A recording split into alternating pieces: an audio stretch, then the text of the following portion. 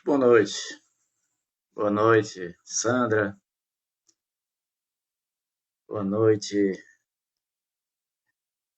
Não dá para ler o nome aqui direito. Só vi o sobrenome, Alves. A Silvia. Muito obrigado a todos. Estamos aqui aguardando os irmãos entrarem. Muito boa noite a todos. Boa noite, Silvia. Os amigos dos Girassóis, boa noite.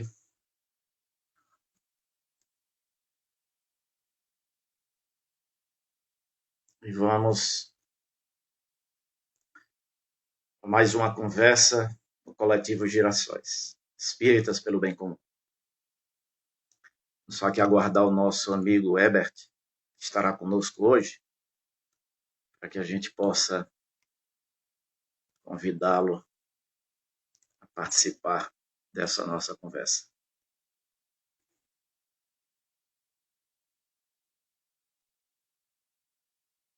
Boa noite, Tereza.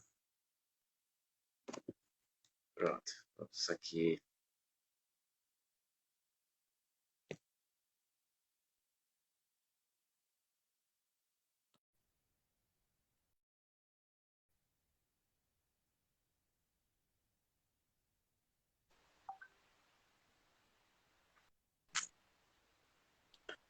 Olá, Herbert. Olá, Alex, tudo bem? Boa noite, Herbert. Está ouvindo bem? Tá me ouvindo? Estou ouvindo, sim. Tá, estamos bem. Muito boa noite, Boa Herbert. Um noite. prazer tê-lo aqui nesse espaço. Prazer é nosso. Na noite de hoje, vamos aqui dar continuidade a esse projeto do Coletivo Girassóis, Espíritas pelo Bem Comum, que é nós estarmos sempre recebendo amigos para conversarmos, né? Conversarmos e sem a pretensão de esgotar os assuntos aqui tratados. Trata-se de uma conversa, reflexões para que a gente possa, diante da atualidade, né, do momento que nós estamos vivendo, fazermos as reflexões à luz da doutrina espírita e com a proposta que nós, o Coletivo Girassóis, queremos trazer, né, para o nosso movimento, para a nossa sociedade. Bom, nosso boa noite a todos que estão entrando, a todos que aqui já se encontram. Hoje a nossa conversa, a proposta da nossa conversa com o nosso querido amigo Herbert Lima, é conversarmos sobre o fundamentalismo religioso e político, né?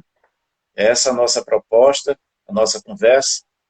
Eu passo a você, Herbert, para o seu boa noite e a sua saudação inicial a todos os amigos. Bem, é um prazer que eu venho aqui nesse momento, né, nesse espaço importante desse coletivo, o Coletivo Girassóis, que eu faço parte, né, junto com inúmeros amigos, companheiros, irmãs, amigas. A gente tem um propósito, né, como diz bem o coletivo, Espíritas pelo Bem Comum. É isso que a gente entende que é a essência do Espiritismo e da máxima, né? Da caridade não há salvação. Então, de debater sobre esses temas é fundamental e esse espaço que o coletivo nos abre, a gente tem que aproveitar para trocarmos ideias, como você falou, é uma conversa, ninguém vem aqui como um expert, um especialista, mas como alguém que quer dar a sua contribuição, e é assim que eu estou aqui bem à vontade e agradeço aí o convite. Perfeito, Herbert. É isso aí. Vamos ficar bem à vontade e fique realmente diante dos pontos que nós levantarmos aqui, bem, bem à vontade para fazer as colocações, né? O fundamentalismo religioso e política, né? É algo que a gente observa nesse momento grave que nós vivemos, né, na humanidade, é o que nós observamos hoje, e além de observarmos a nível mundial as questões do fundamentalismo, as ações do fundamentalismo religioso, nós também estamos observando no Brasil, nesse momento, né? Eu queria começar a nossa conversa exatamente com essa realidade do fundamentalismo religioso no Brasil, principalmente em relação ao protestantismo, né, que a gente vê a corrente do protestantismo, principalmente os pentecostais, né, muito inseridos na política, muito inseridos na política. O que a gente observa, muitos vereadores, muitos deputados, a nível estadual, deputados federais, a gente observa presença maciça dele nos ministérios. O presidente cogita escolher o próximo representante do STF, alguém, como ele vem dizendo, né, terrivelmente evangélico. Isso é muito grave, né? Eu gostaria de começar na nossa conversa, Herbert, em relação a esse ponto aí. Já querendo deixar bem claro a todos os amigos, né, a quem nos assiste, e aqui nós não vamos falar mal de religiões. Aqui estamos citando religiões por uma questão sermos forçados pelo tema. Mas temos o máximo respeito por todas as religiões, por todos os credos, né, por todas as denominações. Fica já esse registro, né, de imediato. E aí, Herbert?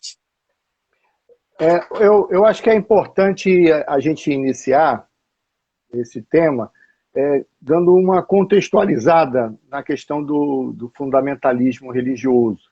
É importante a gente registrar que esse termo foi utilizado a um movimento iniciado no século XIX, XX, lá nos Estados Unidos, né?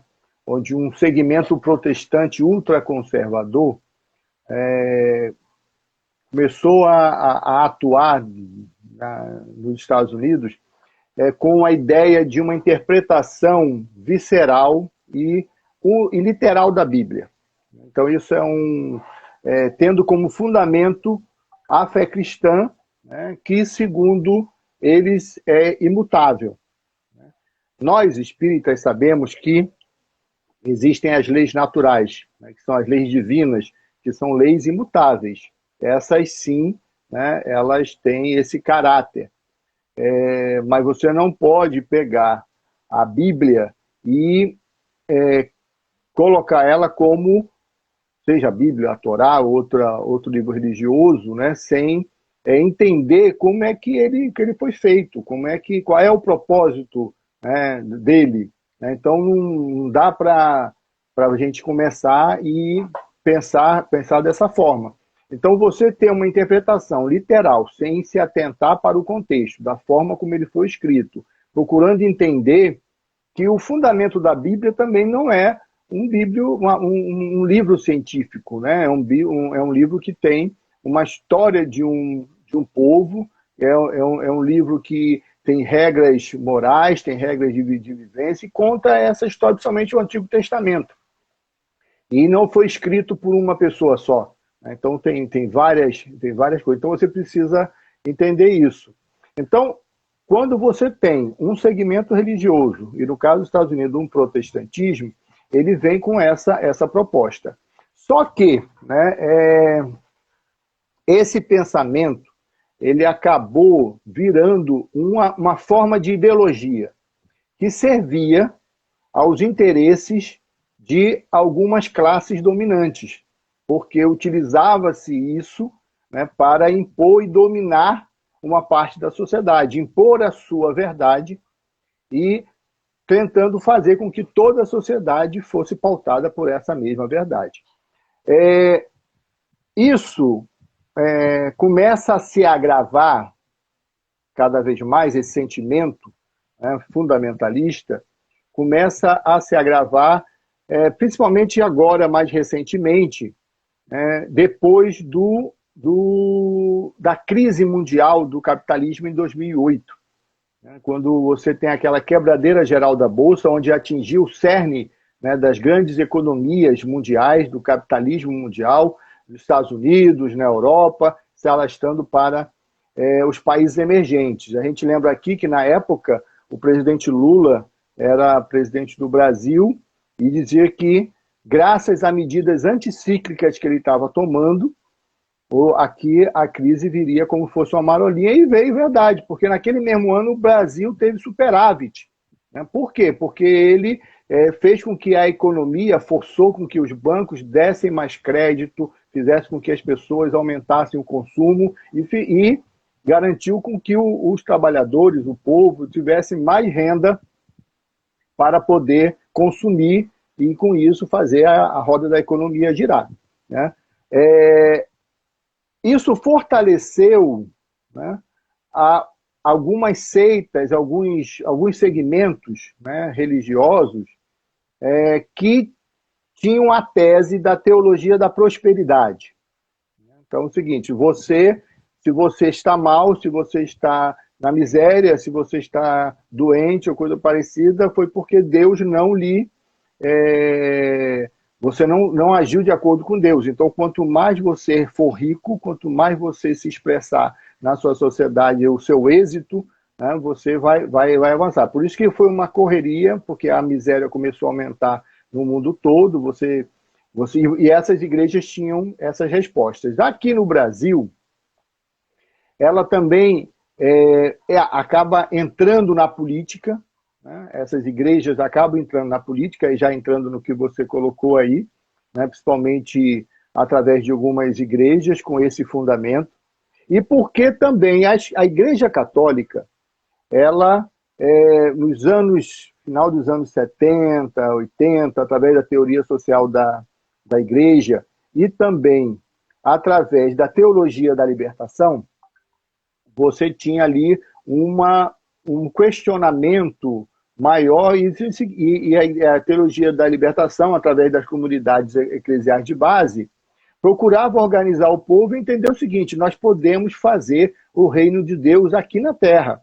Então temos que trabalhar para isso. E começava a questionar, né, o que ele fez. Eu me lembro que uma das coisas que nós discutimos, eu fiz parte das comunidades eclesiais de base, é que, ao interpretar a Gênese, a criação do mundo, a gente observava que a cada dia que Deus criava, Deus dizia que era bom.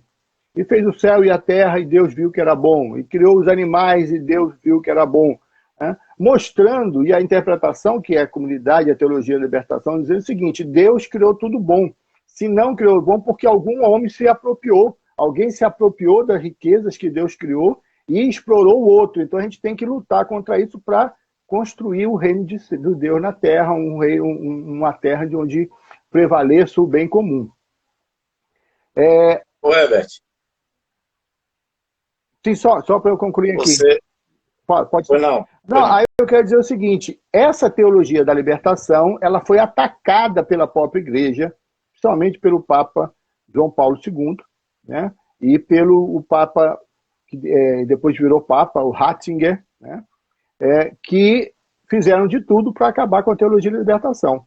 Como na vida nada, né? Não existe espaço vazio, e a miséria e a pobreza foi aumentando, essas igrejas que vieram atentar para essa visão fundamentalista neopentecostal, fez com que ela prosperasse cada vez mais e atendesse, desse resposta às ansiedades e à miséria do povo. É exatamente nessa linha aí que eu ia fazer a colocação, que se perdeu esse espaço nas periferias das grandes cidades, né, nas comunidades carentes, nas grandes concentrações de população. Se perdeu esse espaço que na década de 70 nós tínhamos aí, por exemplo, com as comunidades eclesiais de base, né? E esse espaço foi sendo ocupado pelas igrejas protestantes. E aí, quando a gente vê esse momento em que nós estamos vivendo no Brasil, Podemos até avaliar que ao longo dessa verdadeira ocupação, né, desses espaços, vamos dizer assim, havia um projeto de poder. Havia um projeto de poder. É o que nós estamos constatando nesse momento, né, infelizmente. Às vezes a gente vê o termo fundamentalismo religioso e no mundo ocidental associa-se muito aquele momento lá do Irã, né, da República dos Ayatollahs, como ficou sendo conhecida, né? Então, associa-se muito essa expressão fundamentalismo religioso àquilo que se viveu no Irã. Mas são muitas outras manifestações, né, do fundamentalismo religioso. E aí, voltando, né, aqui para o nosso Brasil e para essa invasão organizada, vamos dizer assim, dessas igrejas protestantes, né? Realmente existe esse projeto de poder? Corremos risco, assim, de conquistas da civilização, como o Estado laico, né? Todo esse movimento que a gente observa aí representa realmente risco? Há que observar que esse movimento fundamentalista ele tem uma raiz profundamente conservadora. A ideia, né, o que ela traz, ela vai de encontro com todas as conquistas, com os direitos humanos, né, com o direito ao Estado laico. Eles professam, eles têm realmente um projeto de poder ao professar um Estado teocrático, né? Eles não querem um Estado laico. Eles começam a avançar e adentrar nas instituições. Eles começam a ocupar, né, as instituições políticas, inicialmente como Congresso, e posteriormente disputando prefeituras e governo do Estado. A gente tem um exemplo mais recente, inclusive foi expulso, né, que foi o prefeito do Rio de Janeiro, né? do Rio de Janeiro, o Crivella, né, que é de uma dessas denominações religiosas, né, a Igreja Universal, e com todo um discurso baseado no moralismo e nos costumes, né, ele vai contrapondo um ideal de democracia. Esse grupo no Congresso Nacional, né, que eles conseguem eleger uma grande bancada de evangélicos, e não só evangélicos, católicos também, conservadores, né, que se aliam dentro da mesma pauta, eles compõem... Espíritas também, né? Espíritas também. Então, eles se aliam, né, a uma bancada que foi denominada BBB, não é o Big Brother Brasil, né? É a bancada da bala, da Bíblia e do boi, né? A bala referendo à questão policial, e também agora a gente descobre também miliciana, né? A bancada do boi, que refere-se aos ruralistas e o agronegócio, e a bancada da Bíblia. Esses três têm tudo em comum e compõem a bancada mais conservadora, e foi ela que facilitou e ajudou muito na eleição desse presidente, né, genocida que aí está. Perfeito, perfeito. E aí, Herbert, essa questão aí de toda essa orientação dos fundamentalistas religiosos, né, que hoje ocupam, né, todos esses grandes espaços aí na política, quando orientam-se muito relacionados a esse moralismo, né, a costumes que eles consideram como corretos, como os únicos corretos, né? Temos como grandes consequências em relação a isso aí um aumento significativo do discurso de ódio, a discriminação que a gente observa, né? Também tendo como consequência, né, de todo esse moralismo, de todo esse discurso baseado em costumes, né, e costumes, às vezes, coisas antigas, né, que estão escritas lá na Bíblia e não foram trazidos, né, para o tempo presentes, não foram contextualizados, né? Aumento dessa discriminação, preconceitos. Não é à toa que a gente vê no momento atual do Brasil grandes retrocessos, né? Grandes retrocessos, tendo exatamente como base de apoio essa triste sigla aí que você descreveu aí, né, o BBB. E eu fico mais triste ainda, Herbert, porque a gente tem que constatar que há muitos espíritas, infelizmente, aí nessa bancada aí, nessa triste bancada aí, nesse triste conjunto de pessoas aí que apoiam, né, um presidente aí, um governo tão contrário aos princípios básicos, né, do humanismo, né, do cristianismo, de tudo aquilo que nós espíritas devemos defender, que é o bem comum, né? Então, essas consequências aí também colocamos aqui que são terríveis, né? O discurso de ódio, a discriminação, o aumento, né, do preconceito, isso aí são coisas terríveis aí que surgem a partir dessa ocupação do poder, né, por esses fundamentalistas. O discurso ele tem uma razão de ser, né? Tem um projeto, né? Tem uma lógica. Os fundamentos religiosos que eles vão buscar são justamente aqueles fundamentos que visam persuadir a sociedade justamente para que ele tenha esse efeito do ódio, da intolerância, né? do desrespeito, muito arraigado na questão da moral e fazendo um maquineísmo entre o bem e o mal. Eles precisam eleger um inimigo. É necessário ter um inimigo comum para lutar, o Satanás, né, o demônio. E isso, são os Satanás, quem são os demônios? Né? São aqueles, né, que vão contra a moral cristã da família. Então a família é alçada como o parâmetro, né, da família ideal, né, que você vai, nesse aspecto, você vai ter a questão de gênero, né, a questão da mulher, a questão do LGBTIQI+, né, que são rechaçados como símbolo da degenerescência, né, do mal no homem. E os políticos, no ponto de vista político, quem defende os direitos humanos, quem defende uma sociedade mais igualitária, né, elas vão ser também rechaçadas nesse ponto de vista. Infelizmente, né, como você falou, essa visão ela está impregnada em todas as classes, em vários segmentos e segmentos religiosos, né?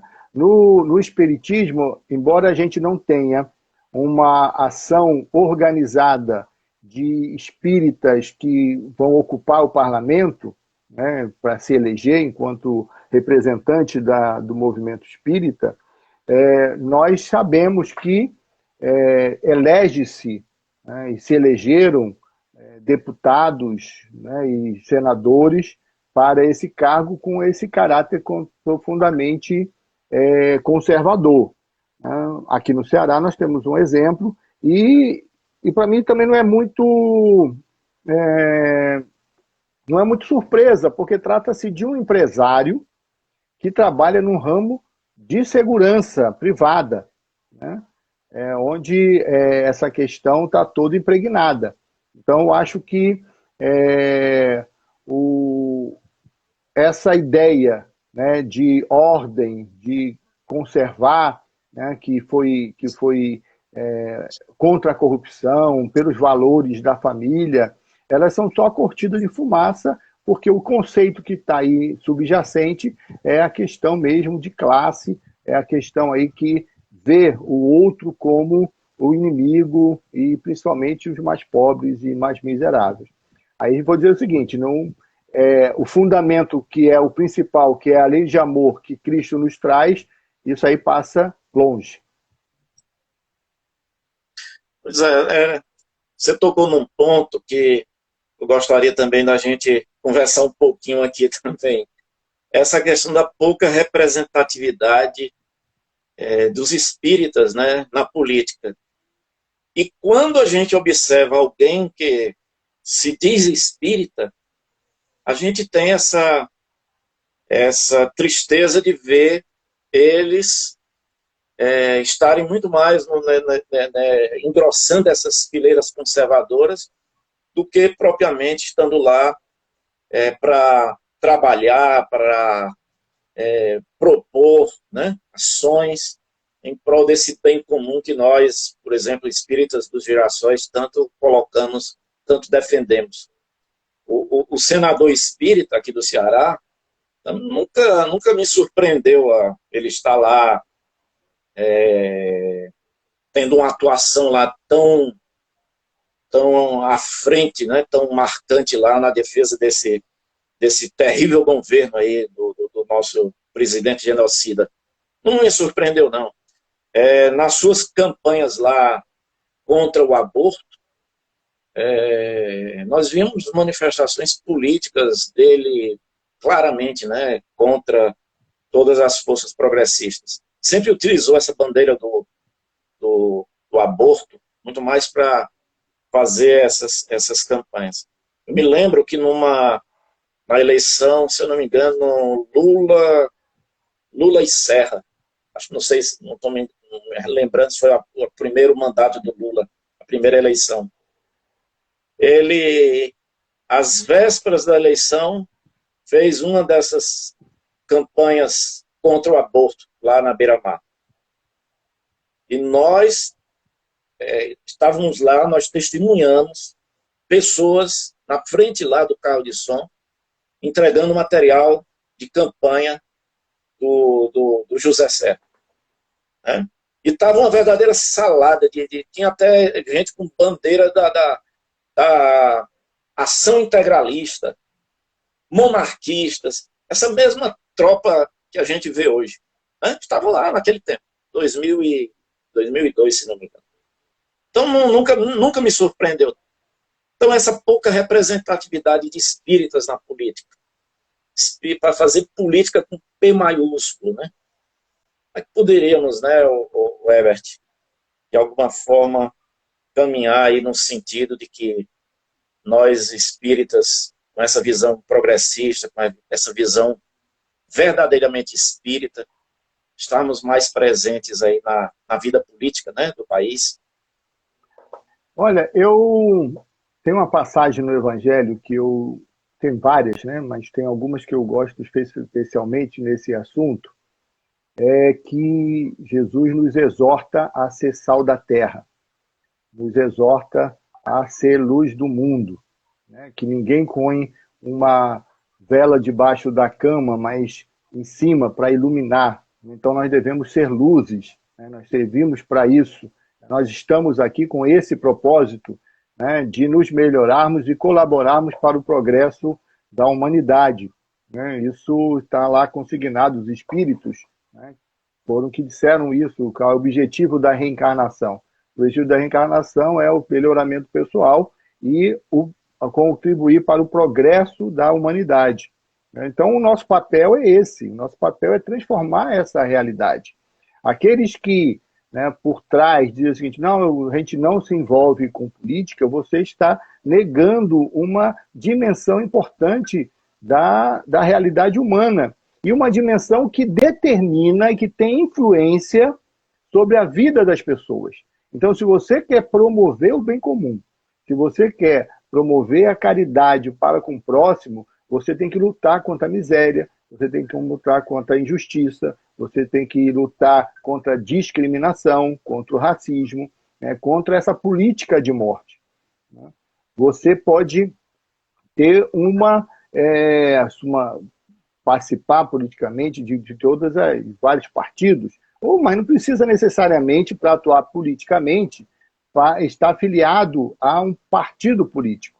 Né? Não precisa fazer política partidária, mas política, como você falou, com P maiúsculo, é necessário, é fundamental, porque a gente precisa intervir. Como é que está a educação nesse país? Como é que está a saúde? Como é que está as condições de vida, saneamento básico, as questões de cultura, né? O povo tem acesso, né, aos bens, à riqueza por ele produzida. A gente vai aceitar, a gente pode aceitar uma coisa dessa? Eu acho muito engraçado, às vezes, as pessoas... e essa moral fundamentalista, ela é contra o Estado. Ela acha que o Estado, para e passo com os ideais neoliberais, tem que ser mínimo possível. Então, o Estado não pode agir em prol da população mais necessitada, né? Mas eu, para ficar bem comigo e agradar o Senhor, eu posso dar esmola, né? É muito mais fácil. Então, ele confunde a caridade como aquele ato assistencialista que mantém a pessoa na miséria, na fome, naquela condição, e não numa condição de emancipar essa pessoa para não necessitar mais disso. Entendeu? Então, as pessoas não querem que o Estado dê, mas não, eu vou lá e vou fazer uma sopa, vou dar um dinheiro. Hoje, na condição que a gente está, realmente com um Estado ausente de tudo, é óbvio, é necessário que a gente tenha que fazer isso. É fundamental, é importante, porque a gente está ajudando para matar a fome de muitos brasileiros e brasileiras, né? Se a pessoa está com fome, não tem condição nem de louvar a Deus, porque é complicado. Esses grandes temas aí da vida, esses grandes temas que nos afetam,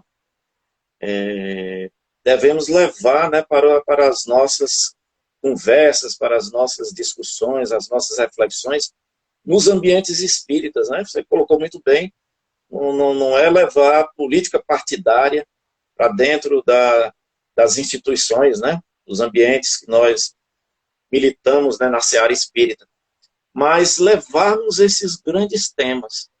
Mas assim, nós estamos passando por um momento em que, se por exemplo a gente for propor, discutir meio ambiente, né, a degradação do meio ambiente, em uma instituição espírita, é capaz de alguém levantar-se e dizer que a gente está querendo falar de política lá dentro.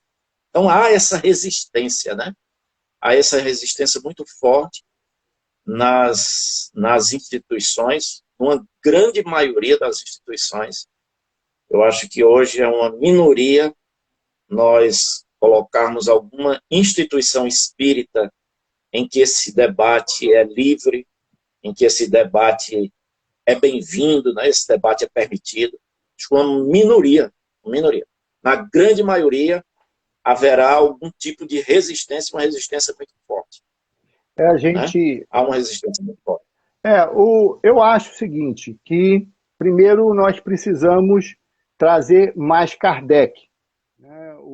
A metodologia que ele utilizou para compor as obras básicas, ela é fundamental se nós procurarmos entender, primeiro que, compreendendo o contexto da época, né, a gente vê Kardec muito consciente e preocupado que ele pôde, com isso, né, analisar e, ao escrever com os auxílios dos espíritos, é óbvio, né, ele pôde transcender a muita coisa que estava posto naquele momento histórico, né? E lembrando que a doutrina é a doutrina dos espíritos, né, que foi muito bem trabalhada e elaborada. Eu acho que a partir disso a gente tem condição de tratar e discutir qualquer coisa, né? Quando a gente vai falar das leis morais, da lei do trabalho, da lei da solidariedade, da sociedade, várias outras leis do amor, várias leis, né, que estão lá no Livro dos Espíritos, a gente pode e deve, né, fazer qualquer tipo de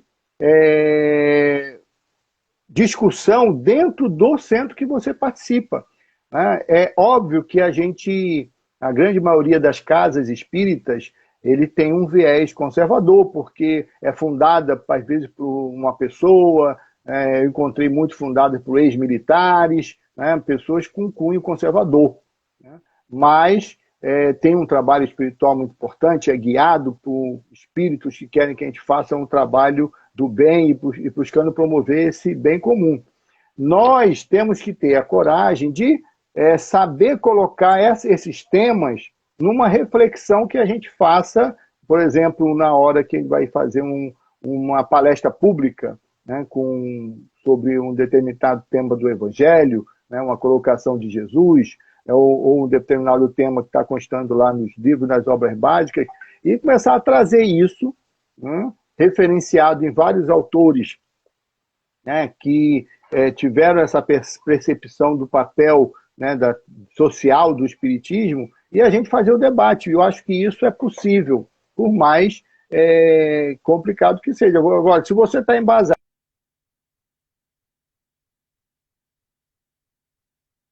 e a gente vai avançando e vai pautando isso, né? Porque você, por exemplo, faz uma reflexão sobre o Sermão da Montanha, por exemplo, né?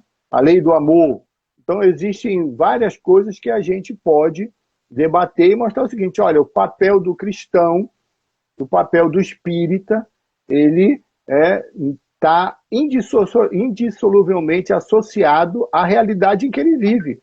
Se nós estamos aqui, nesse plano, nesse momento, é para que a gente possa evoluir e contribuir também com a evolução dos companheiros, das companheiras, dos nossos irmãos e irmãs.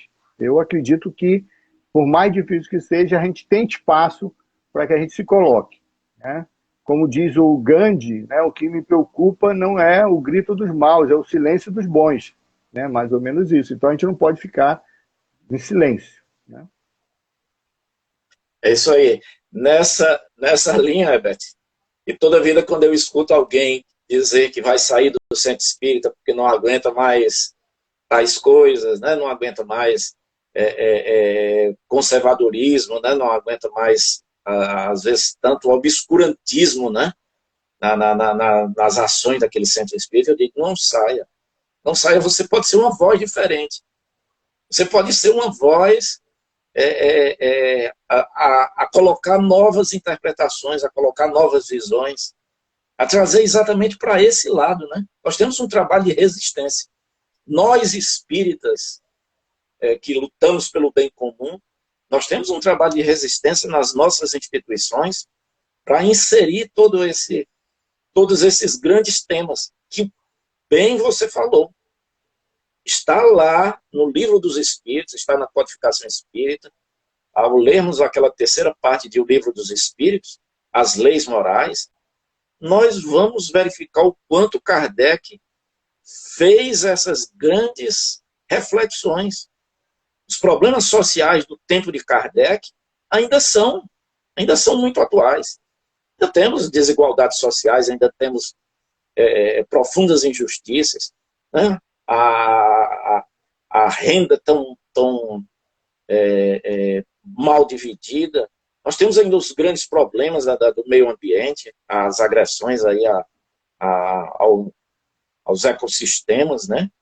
Vivemos aí um desequilíbrio terrível no clima mundial, decorrente dessas agressões.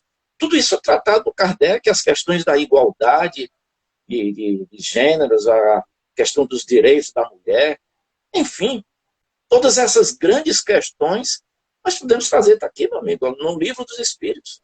Pergunta tal, capítulo tal. Vamos estudar isso aqui. Vamos trazer isso aqui para as nossas reflexões, para os nossos debates. Né? É um trabalho de resistência que temos que fazer nas nossas instituições. Espaço tem, por exemplo, antes de entrar aqui hoje, toda terça-feira eu tenho o estudo do EAD, né, do Centro Espírita que eu faço parte, né? E hoje a gente está estudando as leis morais, estamos estudando, e hoje foi o capítulo A Lei do Trabalho.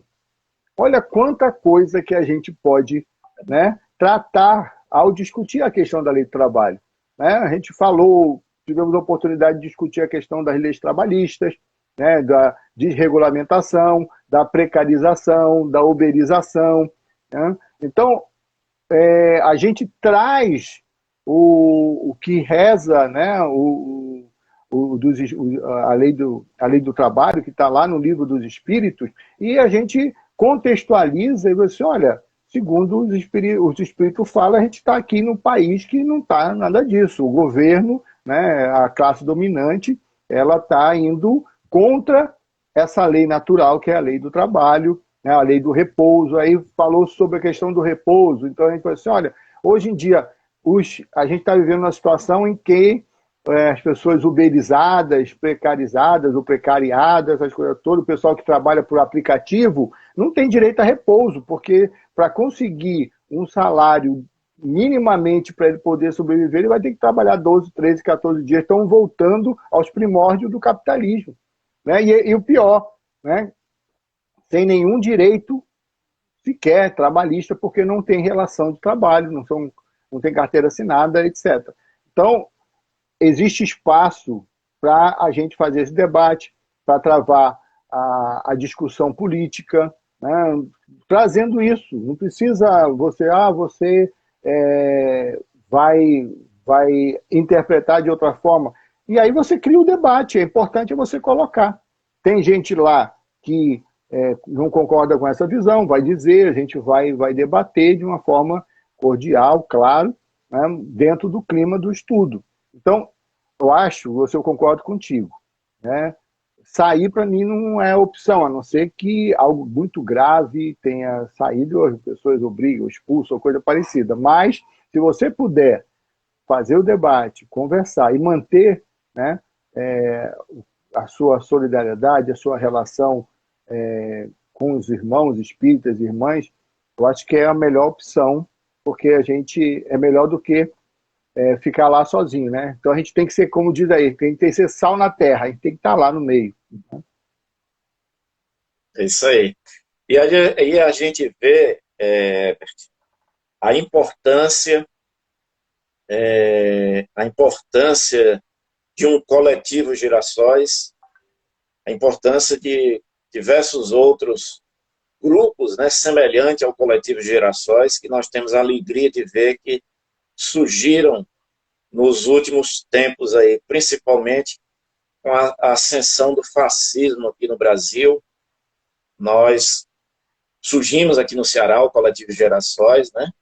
Estamos aí criando aí uma maturidade, né? Ficamos muito felizes aí com o desenvolvimento do Girassóis, com a coesão aí de tantos amigos e tantos irmãos, né? Que vem contribuindo para o coletivo Girassóis. E uma interação muito grande do Girassóis hoje com diversos outros coletivos, né, e grupos ao longo do Brasil aí. Então, eu fico assim otimista, Herbert, de ver assim um movimento espírita que nós podemos melhorar, né, dar a nossa contribuição para melhorar, para sair mais desse conservadorismo e colocar áreas, né, áreas de progressismo, áreas de verdadeiro espiritismo, que é até certo, contrassenso a gente dizer assim, espírita progressista. Não, o espiritismo em si é progressista. Queremos o progresso da humanidade, lutamos pelo progresso da humanidade, pelo melhoramento da vida, né, da vida do nosso planeta, para instauração aqui no nosso planeta daquilo que os evangelhos chamavam o reino dos céus. O reino do céu tem que ser aqui e agora. Né? Então, o espiritismo em si é progressista. Então, o coletivo Girassóis, a importância do coletivo Girassóis e todos os outros grupos no Brasil, para nós arejarmos, né, o movimento espírita aí com essa essência do espiritismo. Né? Então, é um ponto aí para a gente também conversar na noite de hoje. Né? Eu ia até falar isso na vez passada, mas a gente fala aqui e acaba esquecendo. Mas você levantou um ponto que eu queria levantar aqui. Na casa espírita que eu faço parte, eu me achava como fosse ali um estranho no ninho, né? Por conta da dificuldade, né, que tinha. Assim, poxa, esse pessoal aqui é muito conservador, né? Difícil a gente travar um diálogo, né? Tinha uma certa dificuldade, estava lá, mas sentia a dificuldade. Com o surgimento do coletivo Girassóis, né, Espíritas pelo Bem Comum, quando eu fui convidado, para mim foi um alento muito grande. E, pasme, eu descobri uma opção de gente que estava no coletivo que faz parte da mesma casa espírita que eu. E aí eu falei assim, caramba, não sabia que tinha esse pessoal todo. Então eu não estou sozinho, né? Tem mais gente. Né? E aí eu acabava me identificando. Né? E é aquela coisa, a gente acaba, quando a gente não fala, não se manifesta, a gente acaba não sabendo. Né? E aí eu sei que eu tenho, né, na mesma casa, por mais que tenha algumas dificuldades de se colocar algumas coisas, eu sei que eu tenho companheiras e companheiros, né, que professam e têm o mesmo entendimento disso, que o espiritismo é progressista, que o espiritismo é libertador, que o espiritismo está aí para contribuir com a transformação social e com o bem comum. Né? Então, o coletivo Girassóis, como vários outros que surgiram, né, principalmente como uma resposta, né, ao fascismo, ao autoritarismo, a essa visão fundamentalista, né, que a gente já percebia que estava esse governo, principalmente, iria se valer muito disso. Então, para mim, foi uma grande alegria. Eu fiquei muito feliz, me senti super à vontade, né, porque a gente está entre irmãos que têm uma compreensão e uma prática, não só uma compreensão, e busca ter uma prática espírita, progressista, transformadora, preocupado com o próximo, né? Assim como Cristo nos ensinou lá na parábola do bom samaritano. Então, acho que a gente tem esse papel e eu me sinto muito à vontade. Né? Viva o Coletivo Girassóis e tantos outros. Viva, viva o coletivo. E um ponto importante, né, essa permanência nossa nos nossos ambientes espíritas, nas nossas agremiações, mesmo observando, né, um certo conservadorismo, a nossa permanência também e a tentativa sempre de dialogarmos, será também da nossa parte uma atitude cristã. Temos que exercitar também essa tolerância, temos que exercitar a paciência, temos que exercitar todas essas qualidades que o Evangelho de Jesus nos coloca como fundamentais. Então, buscarmos dialogar, mostrarmos, discordarmos, mas discordarmos sempre levando em conta, né, os princípios da fraternidade, os princípios da tolerância, né, para não entrarmos também naquilo que nós estamos colocando como grandes consequências negativas, né, desse fundamentalismo religioso que a gente observa, que é exatamente a intolerância. Né? O fundamentalista, ele sempre se acha o dono da verdade. Ele não aceita o contraditório, ele não aceita opiniões diversas, ele não aceita a pluralidade, né, dessas opiniões. Então, nós espíritas temos que também exercitar essa tolerância para não cairmos, né, nessas malhas aí desse fundamentalismo. Não podemos cair nessas malhas aí. Então, estarmos lá com alguém que discorda e colocarmos os nossos argumentos com calma, com tranquilidade, né?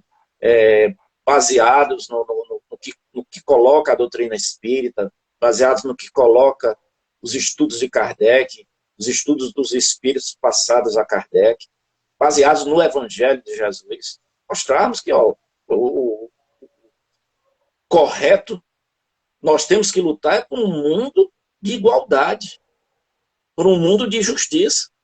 O mundo atual, o sistema dos governos que dominam o nosso mundo, não prezam, né, por essa igualdade, não buscam tudo isso que é colocado no Evangelho de Jesus. São verdadeiros, né, a política atual é anticristã. Então, mostrarmos, né, o mundo que nós estamos vivendo não é um mundo para nos satisfazer, para nos acomodarmos. É um mundo para nós transformarmos. É um mundo para tentarmos melhorar. E podemos fazer todas essas colocações com a calma, com a tranquilidade, com todos, buscarmos, né, todos esses argumentos aí que a doutrina espírita nos coloca, E quem sabe, né? Arejarmos aí esses ambientes aí, com todas essas grandes discussões, né? Com todas essas grandes reflexões. Estaremos aí fazendo, né, aquela política com P maiúsculo, né? Levando política para dentro dos grupos espíritas, sem em nenhum momento falarmos de qualquer partido, mas falarmos de ideias, né? Colocarmos ideias. Eu acho que isso aí é uma grande proposta, e inclusive no último encontro que nós tivemos dos Girassóis, foi assim um encontro que aconteceu agora no último domingo, em que analisamos, né, uma enquete que foi feita, até como forma de nos conhecermos melhores, né? O que pensa cada um, o que cada um espera do grupo Girassóis. Foi muito bom porque citamos, né? Teve momentos em que alguns colocaram que gostariam de ter um grupo espírita, né? Para que os Girassóis participassem, né? Como se fosse um grupo espírita dos Girassóis. Então, uma boa parte opinou de forma contrária, dizendo que o ideal seria exatamente isso que nós estamos conversando agora, né? Que nós, cada um de nós, Girassóis, nos nossos grupos, nós levássemos todas essas ideias, né? Todas essas reflexões, todas essas propostas, para conversarmos nos nossos grupos, né? E aí eu acho que acontecendo isso, se intensificando isso aí, os Girassóis estará dando os Girassóis e os outros, né, grupos espalhados aí pelo Brasil, estará dando uma grande contribuição aí para o movimento espírita. Sim, muito do que nós conversamos aqui refletiu o que conversamos domingo passado, né, nesse encontro, né? Vários questionamentos, várias questões foram colocadas sobre o papel do espírita, né? Eu gostei muito do momento quando a Crícia falou, quer dizer, você até citou um exemplo, a pessoa é espírita, né? Aí vai para uma manifestação e lá não é espírita, lá é um manifestante, né? E aí assim, como é que pode? Você vai deixar de ser espírita? Você é espírita o tempo todo, né? 24 horas por dia. Assim como a gente faz política 24 horas por dia. A política é algo natural, a política faz parte do nosso ser. A gente está todo dia tendo que fazer escolha, todo dia nós temos que estar negociando, todo dia nós temos que estar buscando o que é melhor para a família, para a sociedade, né, para o trabalho. Então a gente está fazendo política todo dia. É essa a dimensão. Agora eu queria pedir para você o seguinte, eu estou aqui curioso de ver os comentários, né? Você tem acesso aí aos comentários, é que eu não estou conseguindo ver aqui. Tem alguns comentários aí que te dá Tem alguns comentários, Edson. Eu estava até colocando para os amigos dos Girassóis que eu sou terrível quando estou conduzindo as lives. Sabe por quê? Porque eu ainda não faço no computador, faço sempre no celular, tá? E esse meu óculos aqui é meio vencido, certo? Então, os comentários que eu vi muito assim, na linha de enfatizando, né? Enfatizando as colocações que nós estamos fazendo. A gente observa nessas lives que os amigos, né, que estão participando conosco vão conversando também, né? Muito mais assim, reafirmando e concordando, né? Porque a nossa live é uma conversa, né? Não é uma exposição, não é não estamos aqui tentando esgotar um determinado assunto, né? Mas se você viu algum comentário que gostaria de enfatizar mais, fica à vontade. O Herbert deu uma congelada aqui na internet dele. Opa, Herbert, tinha dado uma congelada aqui na tua conexão. Se você viu algum dos comentários que gostaria de enfatizar ou de fazer alguma colocação, fica à vontade, Não, tá? é que na realidade eu perguntei justamente por isso, que eu não estou vendo, assim, eu vejo, passa tão rápido aqui, eu também tenho um problema aqui com, eu não sei nem onde é que aparece os comentários, eu sei que parece aqui no meio aqui, eu vejo alguém aí sobe, aí eu falo assim, não deu nem para eu ler, a gente está falando aqui e não consegue ler direito. Mas E eu ainda sou meio amarrado, porque quando eu vou tentar ler os comentários anteriores, né, eu sempre fico com o receio de sair da live, ah, encerrar a live. então tá. Mas Mas é isso, Weber. Estamos aqui já nos aproximando do final. Eu gostaria de te agradecer, né? Agradecer a tua participação. Acho que foi excelente, né? A, a, as nossas conversas aqui, que tenham servido de reflexão para todos os amigos. Isso é uma reflexão que nós temos que dar continuidade, né? Essas propostas aqui de levarmos mais mais pensamento, né, progressista para as nossas instituições, tentarmos melhorar e contribuirmos para que esse fundamentalismo religioso, que hoje tomou conta da política, ele cada vez mais ele diminua, né? É uma contribuição que nós podemos fazer também quando nós levamos esse bom debate aos ambientes que nós frequentamos, né? Aos ambientes que nós participamos. Precisamos desse bom debate. Precisamos dessas boas conversas para tentarmos melhorar esse nosso país aí que está mergulhado, está vivendo um momento muito difícil, né? Um momento terrível, né? Precisamos modificar tudo isso aí. E aí eu deixo as palavras finais para você, né? O seu boa noite. Tá bom? tá Muito ok. obrigado, Hebe. Estava lendo aqui, a Lani disse para a gente relaxar. Ela deu uma risada, disse para a gente relaxar. Né? Uma outra companheira disse que também estava nessa mesma vibração nossa, sentindo meio peixe fora d'água. Eu acho que debates, esse espaço que o Girassóis nos proporciona, ele é fundamental e a gente precisa, todos que nós pudermos, que puder vir, falar, expor, né, colocar a sua opinião, né, é muito importante isso, né? É uma questão emancipadora para todos nós e faz com que a gente seja protagonistas. Isso é fundamental. Eu acho também que, com relação a essa onda de fundamentalismo religioso, né, que não é um fenômeno só brasileiro, né, tem todo o mundo, na América Latina, na Europa, né, na Ásia, etc., nos Estados Unidos.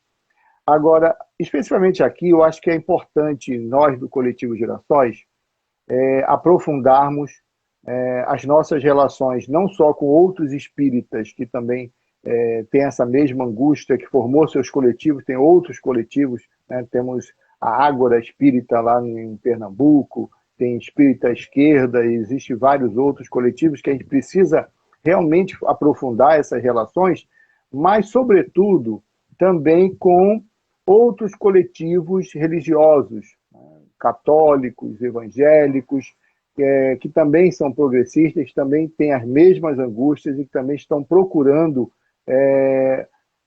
de forma a atuar nessa coisa e querem ser abraçados e querem abraçar também a gente, né? Querem acolher e a gente também tem que acolher.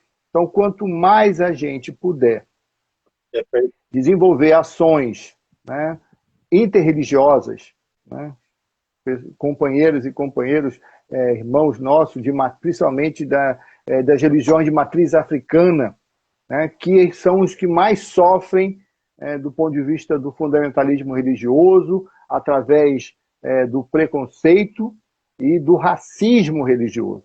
Né? E é um debate, a gente precisa também abraçar esses irmãos. Né? Eu acho que é uma missão que a gente poderia, enquanto coletivo, estar abraçando mais, desenvolvendo mais. Crescer dentro do ambiente espírita, mas também se abrir para um diálogo e uma interação maior com outras denominações religiosas também progressistas e que querem, como nós, né, construir uma sociedade mais justa, mais igualitária, mais humana, né, sendo sal da terra, sendo luz do mundo, né, e praticando o amor e a caridade. É isso. Muito obrigado. Maravilha, Herbert. E aí nos despedimos. Todas as terças estaremos nesse espaço do Coletivo Girassóis Espíritas pelo Bem Comum, todas as terças procurando conversar os grandes temas, conversarmos sobre os grandes assuntos que nos incomodam, que nos afetam, e tentarmos nós, espíritas, fazermos as reflexões e buscarmos, né, a melhoria, né, do mundo em que nós vivemos. Muito boa noite a todos. Um grande abraço, pessoal. Até mais. Muita paz, muita saúde.